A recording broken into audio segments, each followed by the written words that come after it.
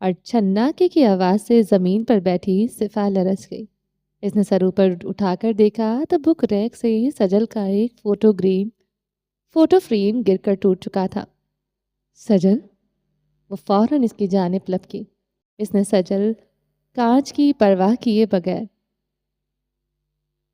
اس frame کو ہٹایا اور اس میں سے سجل کی تصویر اٹھا کر سینے سے لگائی۔ میری سجل! وہ سسکتی ہوئی جا کر یوں ہی صوفے پر بیٹھ گئی۔ وہ اب محفوظ تھی۔ اس کی سجل اب اس کے پاس تھی۔ ایئرپورٹ پر جہاز لینڈ ہوا تو اپنے پیاروں کی منتظر آنکھیں چمک اٹھی تھیں۔ لوگ اپنے پیاروں کو ریسیو کرنے کے لیے لپکے تھے۔ اس بیچ وہ چہرے پر دنیا جہاں کی پریشانی اور ناگواری سجائے نکلا تھا۔ ایک ہاتھ میں ایک سوٹ کیس تھا اور ایک ہاتھ پر اس کا کوٹ ٹنگا ہوا تھا۔ اس نے باہر نکلتے ہی موبائل آن کیا تھا۔ فون کان سے لگائی ہی ایک ٹیکسی کو رکنے کا اشارہ کیا۔ ٹیکسی میں بیٹھتے ہی اس نے ایک بار پھر سے کال ملائی۔ کال جاتی رہی مگر کسی نے فون نہیں اٹھایا تھا۔ اس نے بے چین ہوتے ہوئے اپنی ٹائی ڈھیلی کی اور ڈرائیور سے گاڑی تیز چلانے کے لیے کہا تھا۔ وہ بچہ چلتا جا رہا تھا، اپنے گرد و نواح سے بے خبر۔ اینا سست مگر محتاط قدم اٹھاتی اس کے پیچھے پیچھے چلتی تھی، مگر اس کی آنکھیں تب کھلی کی کھلی رہ گئیں جب اس نے اس نیم تاریکی میں سامنے قبرستان کو دیکھا تھا۔ یوسف؟ اینا کے قدم ساکت ہوئے۔ وہ بچہ چلتا گیا اور آخر کار ایک قبر کے سرہانے جا کر کھڑا ہوا۔ اینا بھی دبے پاؤں اس کے پیچھے آئی اور اس سے 2 قدم کی دوری پر جا کر کھڑی ہوئی۔ وہ کھڑا رہا اور پھر اس قبر کے ساتھ ہی لیٹ گیا۔ اس نے ایک بازو اس قبر پر رکھا اور اپنا گال اس مٹی پر ٹکا دیا۔ امو؟ وہ سسکا تو پیچھے کھڑی اینا کے لیے سانس لینا مشکل ہو چکا تھا۔ امو، کیا تم سن رہی ہو؟ کیا تم جانتی ہو آج عید ہے؟ امو؟ سب بچے اپنی امو کے ہاتھ کا کھانا کھا رہے تھے۔ امو؟ وہ کھوئے انداز میں کہتا اس قبر پر ہاتھ پھیر رہا تھا۔ امو؟ آپ کا یوسف بھوکا رہا کیونکہ اس کے پاس امو نہیں تھی۔ اینا کو لگا اس کا دل شاید پھٹ جائے گا۔ کچھ دیر پہلے اپنے ایک نقصان کا شکوہ کر رہی تھی۔ وہ ایک خواہش کر رہی تھی مگر اس کے سامنے جو بچہ تھا اس کا نقصان شاید بہت بڑا تھا۔ اینا کو اپنا آپ زمین میں دھنستا ہوا محسوس ہوا۔ وہ 2 قدم آگے بڑھی۔ اس نے جھک کر یوسف کو ہاتھ پکڑ کر اٹھایا۔ یوسف، اٹھو، اینا نے کہا۔ وہ چپ چاپ اٹھ کھڑا ہوا۔ چلو میرے ساتھ۔ وہ اپنے آنسو پیچھے دھکیلتے ہوئے یوسف کو اپنے ساتھ لے گئی۔ گورسی ہاؤس کا گیٹ کھلا تو وہ تن فن کرتا اندر داخل ہوا۔ گارڈ نے ٹیکسی سے اس کا سوٹ کیس نکالا تھا۔ ماموں، کیا ہم شاپنگ کرنے چلیں؟ مرجان نے ایک بار پھر سے فرمائش کی تھی۔ شام کو ہی تو گئے تھے تم لوگ اور ڈھیر ساری شاپنگ کر کے آئے ہو، منال نے مرجان کو ٹوکا۔ وہ سب لوگ اس وقت لاؤنج میں بیٹھے تھے۔ کوئی بات نہیں، ہم پھر سے چلتے ہیں۔ حسن نے ساتھ بیٹھے مرجان کے سر پر ہاتھ پھیرا۔ دروازہ دھاڑ کی آواز کے ساتھ کھلا۔ سب نے مڑ کر دیکھا تھا سوائے حسن کے۔ ابراہیم، آ گئی تم؟ منال فوراً اٹھ کر آگے بڑھی۔ ابراہیم ان کے پاس سے گزر گیا۔ وہ دیکھتی رہ گئی۔ اس نے اس پرسکون سے بیٹھے شخص کو گریبان سے پکڑ کر کھڑا کیا۔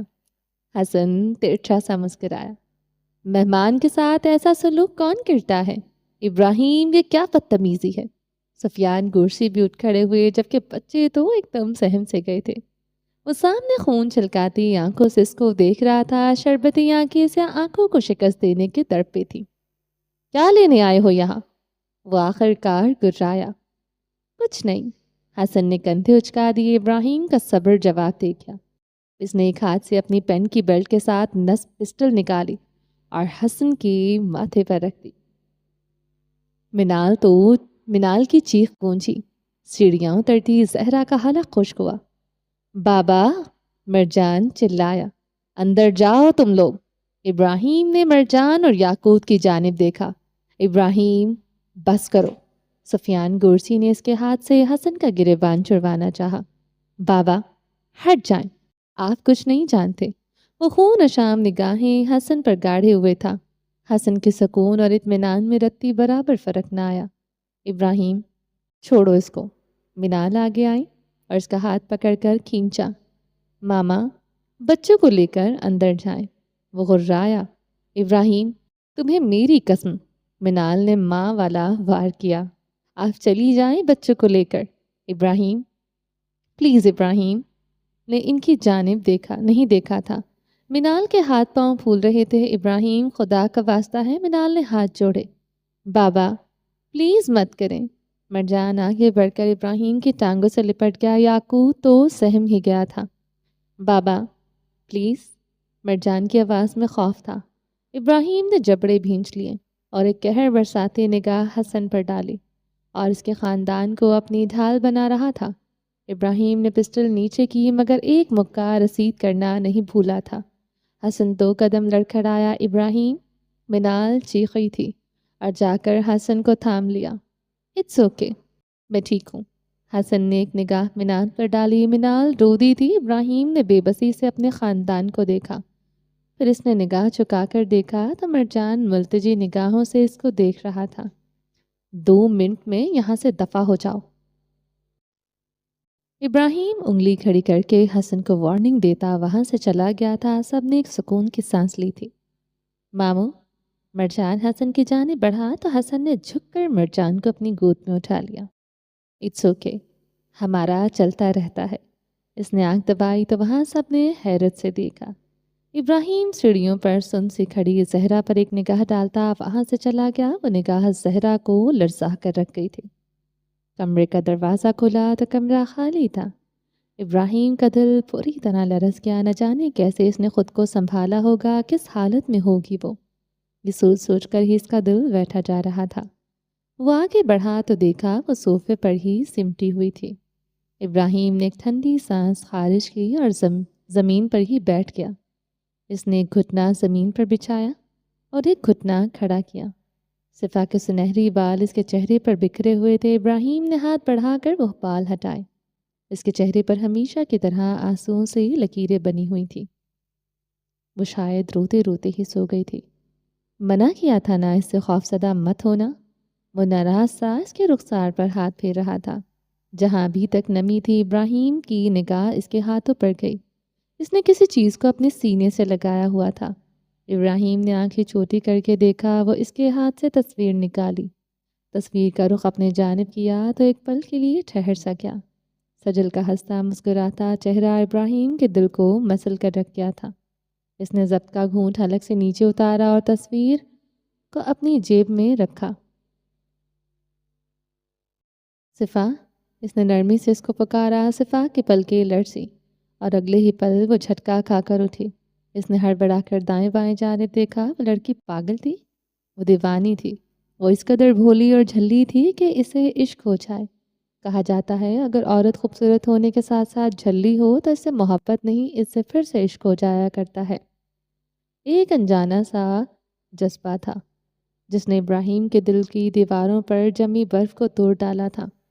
اس برف کی دیوار پر دراڑیں تو بہت پہلے پڑ چکی تھیں، مگر آج وہ برف کی دیوار پورے قد سے زمین بوس ہوئی تھی۔ اس نے اس چھلی لڑکی کے دونوں ہاتھ اپنے ہاتھوں میں لیے۔ صفا نے ہڑبڑا کر اس کی جانب دیکھا۔ اب ابراہیم، اس کو لگا شاید وہ کوئی خواب دیکھ رہی ہے، اس لیے اس نے آنکھیں بند کر لی۔ ابراہیم نے حیرت سے اس کو دیکھا، پھر اس نے آنکھیں کھول دی۔ منظر کہیں بھی تحلیل نہیں ہوا۔ وہ سامنے تھا، وہ عین سامنے تھا، اس کے قدموں میں بیٹھا ہوا۔ کیا حالت بنا لی ہے تم نے پاگل لڑکی؟ اس نے سر ہلاتے ہوئے اس کو بڑی نارمل انداز میں ڈپٹا تھا۔ ایوو، صفا کے لب کپ کپائے۔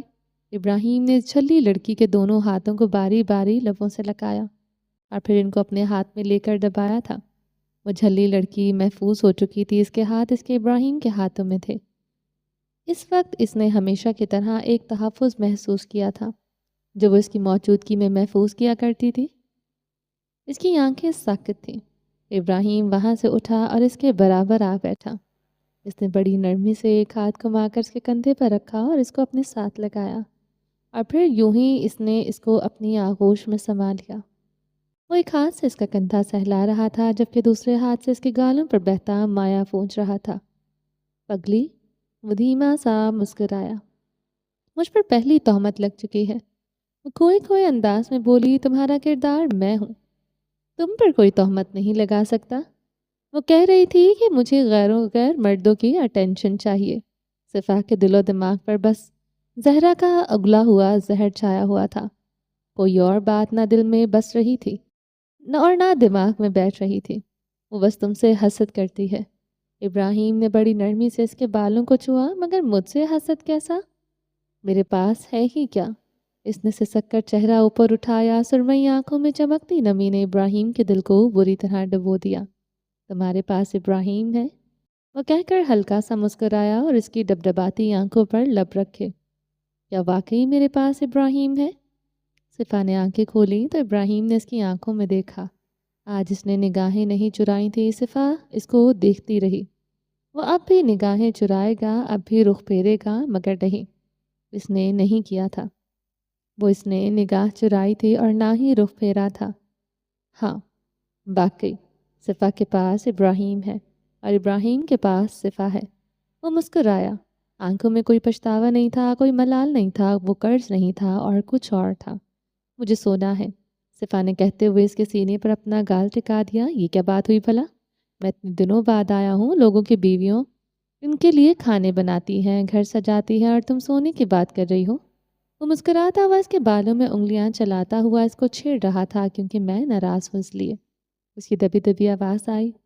ابراہیم مسکرا دیا۔ ایسی ناراضگی اس نے اس کا چہرہ اپنے سینے سے ہٹانا چاہا، مگر صفا نے اس کی کوشش ناکام بنا دی۔ وہ ہنس دیا۔ اس ملاقات میں حسن کا ذکر کہیں نہیں تھا۔ ابراہیم نے اس کا ذکر نہیں کیا تھا کیونکہ وہ اہم نہیں تھا۔ ان دونوں کے بیچ کسی تیسرے کی کوئی اہمیت، کوئی وقت نہیں تھی، اس لیے صفا اہم تھی۔ اس کا پرسکون ہونا اہم تھا، اور صفا کے لیے ابراہیم اہم تھا۔ اس کی موجودگی میں جو تحفظ تھا، بس وہ اہم تھا۔ کچھ ہی دیر میں وہ پرسکون ہو کر دوبارہ سو چکی تھی۔ لان میں مدھم سی روشنی بکھری ہوئی تھی۔ وہ ایک ہاتھ میں سگریٹ لیے کھڑا تھا، اس کا رخ گیٹ کی جانب تھا۔ آج یوں معلوم ہوتا تھا کہ سارا شہر ہی جاگ رہا ہے، کوئی بھی تو نہیں سو رہا تھا۔ عید کے استقبال کے لیے سب نے بھرپور تیاری کر رکھی تھی، اور وہ شخص ان فضاؤں میں کسی کی مہک محسوس کرنے کی کوشش کر رہا تھا۔ تم ایسا کیسے کر سکتی ہو؟ میرے دل میں کانٹا چبو کر منظر سے غائب کیسے ہو سکتی ہو؟ تم مجھے سیاہ دل کہہ رہی ہو، اور خود مجھ سے سب کچھ چھین کر کہاں چھپ گئی ہو؟ تم ایسا کیسے کر سکتی ہو؟ اتنی سنگ دلی؟ اتنا سنگ دل تو شاید میں بھی نہیں تھا۔ میرے خلاف گواہی دی، مجھے پچھتاوے کی بھٹی میں جلتا ہوا چھوڑ کر کہاں چلی گئی ہو تم؟ کیا تم مجھے سن رہی ہو؟ ایسا کیسے کر سکتی ہو تم؟ اس نے گہرا کش لیا اور دھواں فضا میں تحلیل کیا۔ میرے دل کو جہنم کا گڑھا بنا کر کہاں چلی گئی ہو؟ اگر اتنی ہی تم بہادر ہو تو سامنے کیوں نہیں آتی؟ وہ زخمی سے انداز میں ہنسا اور سگریٹ پیروں تلے مسل دیا۔ وہ پلٹا تو ایک پل کے لیے ٹھٹکا، پھر مسکرایا۔ چلا جاؤں گا یار، میں نے کہا تھا دفع ہو جاؤ۔ ابراہیم 2 قدم آگے بڑھا۔ بڑے ہی کوئی تنگ دل کے مالک ہو، خاندان، ماں، محبت، ہر چیز پر قابض ہو۔ ایک دن ماں کا پیار بھی مجھے محسوس کر لینے دو۔ ابراہیم نے اس کو گریبان سے پکڑا اور جھٹکا دے کر قریب کیا۔ اپنے ان دوغلے لفظوں سے تم ساری دنیا کو بیوقوف بنا سکتے ہو، مجھے نہیں۔ آئی سمجھ؟ اس نے جھٹکے سے حسن کا گریبان چھوڑا۔ اف، کیا کروں؟ ایک تو بھروسہ بڑی کمینی چیز ہے، نہ مجھے تم پر ہے اور نہ تمہیں مجھ پر۔ حسن نے تعصب سے اس کی جانب دیکھا۔ یہاں سے نکل جاؤ، میں نہیں چاہتا کہ میں اپنی ماں کے سامنے اس کے بھانجے کا خون بہاؤں۔ ابراہیم نے انگلی کھڑی کر کے وارننگ کی۔ کیا یار، ہر وقت کہتے رہتے ہو مار ڈالوں گا، جان لے لوں گا، خون بہا دوں گا۔ کبھی سوچا ہے اگر ایسا ہو گیا تو؟ اگر تم نے میرا خون بہا دیا تو؟ حسن نے تیکھی نگاہیں ابراہیم کی شربتی آنکھوں میں گاڑی۔ تم ایسا کبھی کر ہی نہیں سکتے، کیونکہ اگر تم مجھے مارنا ہی چاہتے تو لاکھوں موقع آئے، تم میری جان لے سکتے تھے۔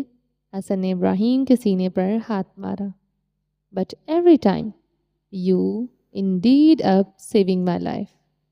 حسن نے ابراہیم کا تمسخر اڑایا۔ وہ سچ ہی تو کہہ رہا تھا۔ ابراہیم اس کو مار سکتا تھا، مگر اس نے نہیں مارا تھا۔ حسن ابراہیم کو مار سکتا تھا۔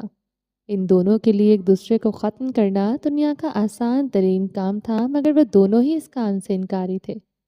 کم آن، مان بھی جاؤ کہ تمہیں مجھ سے محبت ہے۔ حسن نے ابراہیم کے کندھے پر ہاتھ مارا۔ ابراہیم خونشام نگاہ اس پر ڈالی۔ حسن کا کہکا گونجا، یقین مانو میں نے تمہاری بیوی کو نہیں ڈرایا۔ حسن نے ہاتھ کھڑا کیا تھے، ابراہیم نے اس کو پھر سے گریبان سے پکڑا۔ حسن ہنستا جا رہا تھا، جب یقین ہو کہ آپ کا دشمن آپ کی جان نہیں لے سکتا تب اس کو تنگ کرنے کا ایک الگ ہی مزہ آتا ہے۔ گھٹیا انسان، وہ بیوی ہے میری، نکاح میں ہے میرے، جانتا ہوں، حسن نے کہتے ہوئے ایک جھٹکے میں گریبان چھڑوایا۔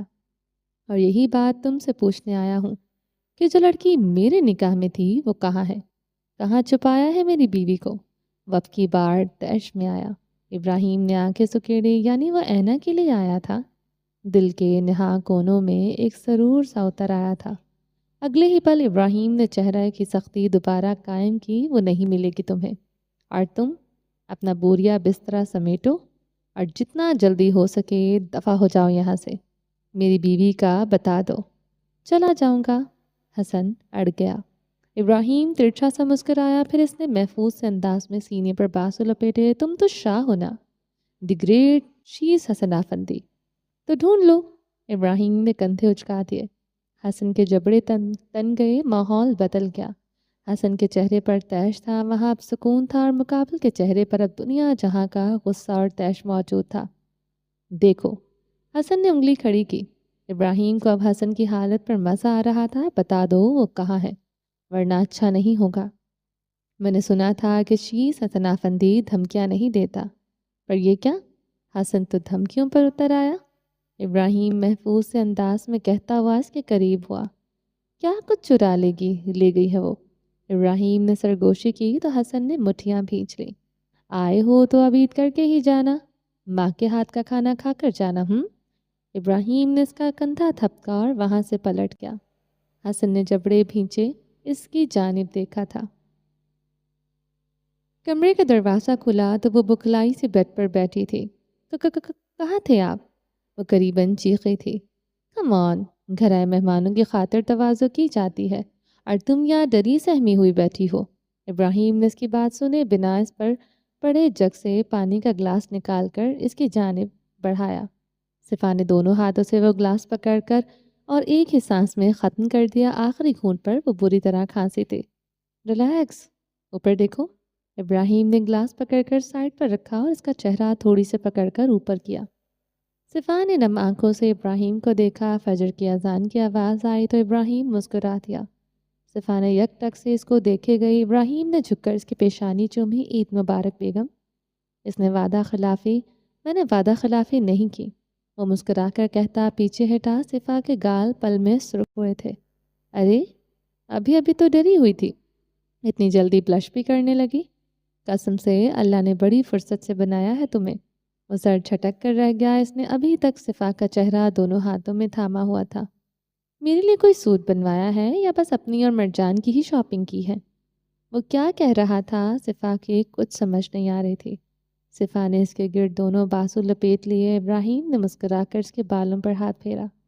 وعدہ کرے آئندہ ایسے مجھے چھوڑ کر نہیں جائیں گے؟ وہ مدھم سی آواز میں بولی تو ابراہیم نے ایک ٹھنڈی سانس خارج کی۔ صفا نے سر اٹھا کر دیکھا۔ آج عید پر مجھے اپنے ہاتھ کا بنا ہوا کورین چکن کھلانا، بہت یاد آ رہی تھی اس کی۔ صفا نے پلکیں جھپکی۔ فائن، میں خود کوکنگ کروں گا آج، میں کچھ اور مانگ رہی ہوں۔ صفا آج اس کی باتوں میں نہیں پھنسی تھی۔ چالاک ہوتی جا رہی ہو؟ وہ ہنس دیا۔ وعدہ؟ صفا نے پھر سے دہرایا۔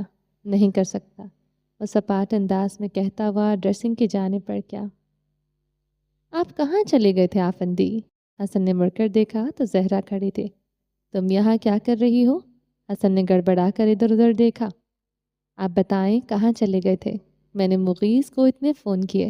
حسن کے ہاتھ میں ایک جلی سگریٹ تھی۔ اس نے وہ سگریٹ پاؤں تلے مس لی اور 2 قدم آگے بڑھا۔ زہرا سانس رک گئی۔ مر چکا ہے مغیث، وہ مدھم لہجے میں بولا تو زہرا نے منہ پر ہاتھ رکھا۔ کب؟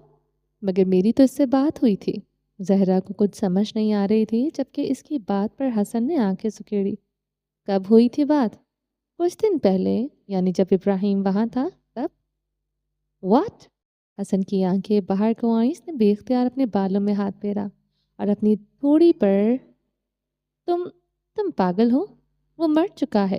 جس دن ابراہیم وہاں گیا تھا اسے اگلے دن ہی وہ مر گیا تھا۔ تو پھر فون کس نے اٹھایا تھا؟ اب زہرا کا بھی حلق سوکھ رہا تھا۔ حسن کچھ ثانیے اس کو دیکھتا رہا، پھر ایک قدم آگے بڑھا۔ واپسی کی تیاری کر لو۔ مگر کیوں؟ زہرا کی سانس اٹکی، کیونکہ وہ تمہاری حقیقت جان چکا ہے۔ حسن کے لہجے میں کوئی خوف نہ تھا، البتہ الجھن سی تھی، جیسے کہ وہ زہرا کو اس کا نشانہ نہیں بنانا چاہتا تھا۔ وہ نہیں چاہتا تھا کہ زہرا کسی نہ کردہ گناہ کی سزا پائے۔ اس نے زہرا کو اپنے مقاصد کے لیے استعمال کیا، اور اب وہ نہیں چاہتا تھا کہ زہرا کا انجام کسی بھی طرح برا ہو۔ حسن کو لوگوں کی پرواہ نہیں ہوتی تھی، کسی کی جان کی تو ہرگز نہیں، مگر آج اس کو سامنے کھڑی لڑکی پر رحم آیا تھا۔ نہیں آفندی، اب میں نہیں جاؤں گی۔ پاگل ہو؟ تمہارا کام ختم ہو چکا ہے، ویسے بھی اب مجھے کسی سے کوئی غرض نہیں ہے۔ اپنا باقی کا سفر میں اکیلے کرنے والا ہوں۔ تم سب آزاد ہو، جاؤ اپنے اپنے گھروں کو۔ اس نے بے پرواہ سے انداز میں جھلایا۔ باقی کا سفر؟ کیسا سفر؟ وہ میں تمہیں بتانا لازمی نہیں سمجھتا۔ جاؤ یہاں سے اور واپسی کی تیاری کرو، کہہ کر حسن نے رخ پھیر لیا۔ زہرا اس کی پشت کو دیکھے گئی، پھر ایک قدم آگے بڑھی اور آ کر اس نے حسن کا ہاتھ پکڑا۔ حسن کرنٹ کھا کر پیچھے ہٹا۔ What the hell؟ وہ بے اختیار چلایا۔ آفندی، آپ ایسا کیسے کر سکتے ہیں؟ کیا آپ کو میں دکھائی نہیں دیتی؟ کیا میری قربانیوں کی، میری خدمات کی بس اتنی ہی قیمت ہے کہ میری جان بخش دی جائے؟ کیا میرے حصے میں بس اتنا ہی آنا تھا؟ وہ نم آنکھوں سے اس کی جانب دیکھ رہی تھی۔ حسن کی آنکھوں میں حیرت اتری، پھر وہ آ کر اس کے روبرو کھڑا ہوا۔ اس نے انگلی کھڑی کی، مگر خود پر ضبط پانے کی انتہا کی تھی۔ دیکھو زہرا، میں نے تم سے 1000 دفعہ کہا ہے کہ میرے بارے میں کوئی مرض دل میں مت پالنا، مگر دل کا کیا آفندی؟ آپ نے بھی تو صفا سے shut up, just shut up. وہ تاریک آنکھوں سے اس کی جانب دیکھ کر گرایا۔ نہیں، آج نہیں، آج آپ مجھے خاموش نہیں کروا سکتے۔ آپ لوگ کریں تو محبت، صفا کرے تو ایثار، اور زہرا کرے تو… کیا زہرا کی محبت کسی کو نظر نہیں آتی؟ کیوں صرف صفا جیسے لوگوں پر ہی قسمت مہربان ہوتی ہے؟ میرے جیسے لوگ کیوں ہمیشہ تشنا رہ جاتے ہیں؟ اور صفا، ایک مرد سے دل نہیں بھر رہا تھا اس کا جو آپ کے دل میں بھی؟ زہرا… اس سے پہلے کہ وہ مزید کچھ بولتی، حسن نے ہاتھ ہوا میں بلند کیا۔ زہرا نے آنکھیں بند کر لی، مگر حسن نے مٹھی بھینچ کر ہاتھ واپس کھینچ لیا۔ وہ کچھ دیر اپنے ہاتھ کو دیکھتا رہا۔ اس کو لگا کہ جیسے کوئی غیر مرئی قوت اس کو کنٹرول کر رہی ہے۔ وہ ناکارہ ہوتا جا رہا تھا، اس کا ہاتھ نہیں اٹھ رہا تھا۔ وہ برداشت کر رہا تھا جو ذرا سی بات پر زہرا کو گردن سے دبوچ لیا تھا۔ وہ آج خود کو بے بس محسوس کر رہا تھا۔ دل میں کچھ بدل گیا تھا۔ دفع ہو جاؤ، اس سے پہلے کہ میں تمہیں اپنے ہاتھوں سے قتل کر دوں۔ میری نظروں سے یہ دور ہو جاؤ، حسن نے سختی سے کہا تو زہرا ایک لمحے ضائع کیے بنا وہاں سے چلی گئی۔ حسن نے اپنے بال مٹھیوں میں جکڑے، پاس پڑی بیت کی کرسی کو زور سے ٹھوکر ماری، اور وہ دور جا گری۔ آفیسر کمرے میں داخل ہوا تو سامنے کرسی پر آڑی ترچھی حالت میں پڑا۔ اس کی حالت دیکھ کر اندازہ ہو رہا تھا کہ وہ اس وقت یقیناً کرٹیکل کنڈیشن میں ہے۔ آفیسر نے عملے کو بلوایا، اس کو وہاں سے لے گئے۔ ہیڈ کوارٹر کے ہی ہسپتال میں اس کو منتقل کیا گیا تھا۔ پیشہ ور ڈاکٹرز کی ٹیم اپنی سر توڑ کوشش کر رہی تھی اس کی حالت سمجھنے کی۔ ہر قسم کا ٹیسٹ کیا گیا تھا۔ آخر کار اس کے دماغ کے ٹیسٹ کیے گئے تو ڈاکٹرز پر انکشاف ہوا کہ اس کے دماغ میں ایک کلاٹ ہے، جس کی وجہ سے وہ اس حالت میں ہے۔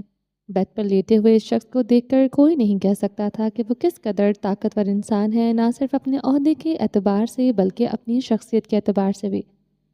وہ جو چلتے پھرتے انسانوں کو ہتھیاروں میں بدلنے کا ہنر جانتا تھا، وہ جو کٹ پتلیاں بنانے کا گر جانتا تھا، وہ جسے سامنے والے شخص کو قتل کرنے کے لیے کسی بھی آلے کی ضرورت نہیں پڑتی تھی، وہ ایک آنکھ کے اشارے سے اس کو اور ایک حکم کے مقابل کو قید کر کے مار دیا کرتا تھا۔ وہ آج اس حالت میں تھا جس کو اگر کوئی زہر کا انجیکشن لگا کر چلا جاتا تو وہ کچھ نہ کر سکتا تھا۔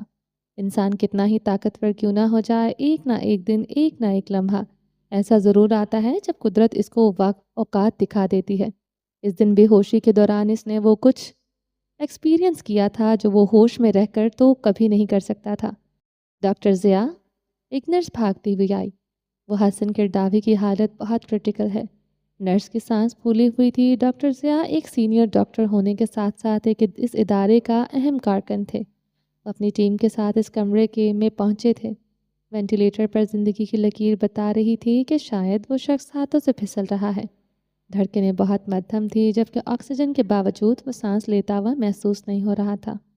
ان لوگوں نے فوراً ایمرجنسی ٹیم کو طلب کیا اور اس کا ٹریٹمنٹ شروع کر دیا۔ ایک سرنگ، تاریک نہ ختم ہونے والی سرنگ، جس میں ایک لڑکا بھاگتا ہوا جا رہا تھا۔ اس کی سانس پھولی ہوئی تھی اور وہ اپنی جان بچاتا ہوا بھاگ رہا تھا۔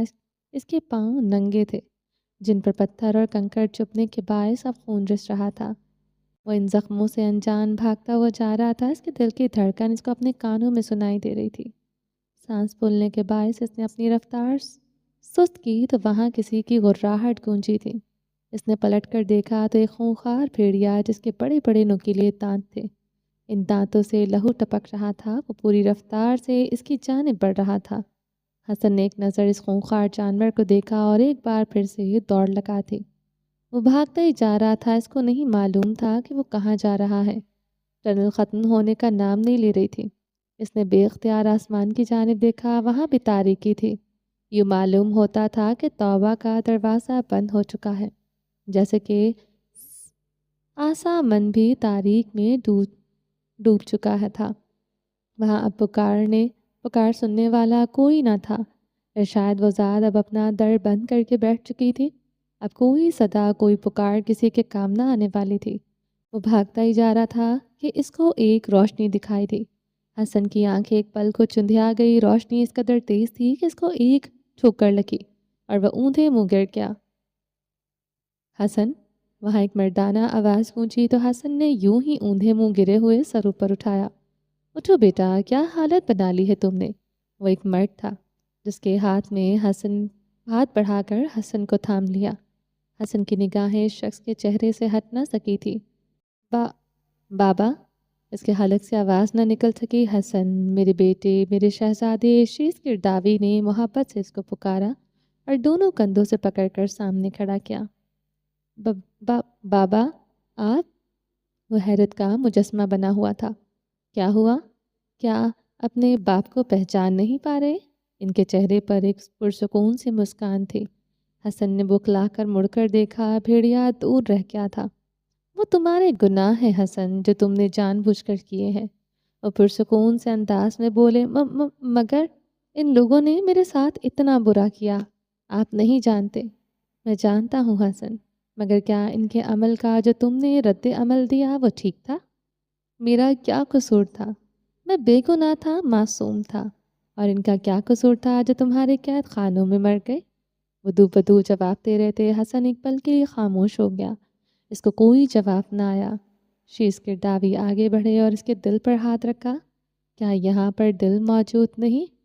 کیا ہڈیوں کا یہ پنجرا ایک دل نامی چڑیا سے محروم ہو چکا ہے؟ کیا تمہارے دل سے خدا ہمیشہ ہمیشہ کے لیے چلا گیا ہے؟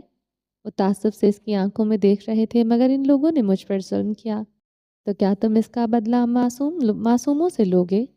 تو کیا جس کے ساتھ غلط ہوگا اس کو اجازت ہے کہ وہ پھر سے طاقت میں آئے اور دوسروں کے ساتھ غلط کرے؟ تمہیں یہ اجازت کس نے دی حسن؟ جو کچھ تمہارے ساتھ ہوا وہ تمہاری آزمائش تھی، اور تم اس آزمائش میں بری طرح ناکام ہوئے ہو۔ کہتے ہوئے شیز کے چہرے پر غصہ در آیا۔ انہوں نے اس کے سینے پر مکہ مارا۔ حسن لڑکھڑا کر پیچھے ہٹا۔ جو تمہارے ساتھ ہوا وہ تمہارے اختیار میں نہیں تھا، مگر جو تم کرتے ہو تمہارے اختیار میں ہوتا ہے۔ تم اپنے برے کاموں کی جسٹیفیکیشن نہیں دے سکتے یہ کہہ کے کہ تمہارے ساتھ برا ہوا۔ شیز نے حسن کو کندھوں سے پکڑ کر جھنجھوڑا تھا، مگر ان لوگوں نے، حسن کے پاس کوئی الفاظ نہ تھے اپنے باپ کو قائل کرنے کے لیے۔ کیا ان لوگوں نے، کیا تم نہیں جانتے کہ طائف والوں نے ہمارے نبی صلی اللہ علیہ وآلہ وسلم کے ساتھ کیا سلوک کیا تھا؟ کیا تم بھول گئے کہ اہل مکہ کے چال باسیوں کو؟ کیا تم بھول گئے مشرکین کے جبر کو؟ وہ طیش میں آئے، مگر میں نہ تو محمد ہوں اور نہ ہی کوئی نبی یا ولی۔ حسن چلایا، تم محمد صلی اللہ علیہ وآلہ وسلم کی امتی ہو، شیز اسی طرح غرائے، تمہارے سامنے ان کا اصول تھا، ان کا راستہ، مگر تم نے کیا کیا؟ تم نے شیطان کا راستہ چنا۔ کیا تم جانتے ہو کہ جنت سے آدم اور ابلیس دونوں کو نکالا گیا تھا؟ مگر کیا فرق تھا دونوں میں؟ ایک پر جنت کے دروازے کھول دیے گئے اور ایک کے لیے جہنم دہکائی گئی۔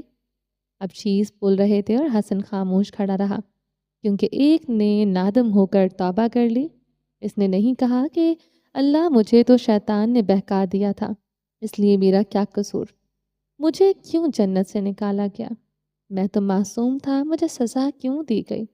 بلکہ اس نے اپنی غلطی تسلیم کرتے ہوئے اپنے رب کے حضور توبہ کی۔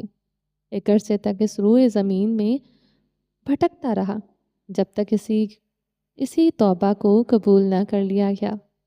جبکہ دوسری جانب ابلیس، جس نے توبہ کرنے کے بجائے اللہ کو ہی چیلنج کیا، وہ اس کے بندوں کو رہتی دنیا تک بہکاتا رہا ہے۔ مگر کیا تم جانتے ہو حسن کہ تمہارا رب کتنا غفور ہے؟ آخری جملہ کہتے ہوئے شیز کی آنکھیں نم ہوئی تھی۔ حسن سکتے کسی کیفیت میں ان کو سن رہا تھا۔ آج حسن کے پاس ان کے کسی سوال کا جواب نہ تھا، کسی بھی بات کی دلیل موجود نہ تھی۔ آج حسن کے ہاتھ پاؤں باندھے گئے تھے۔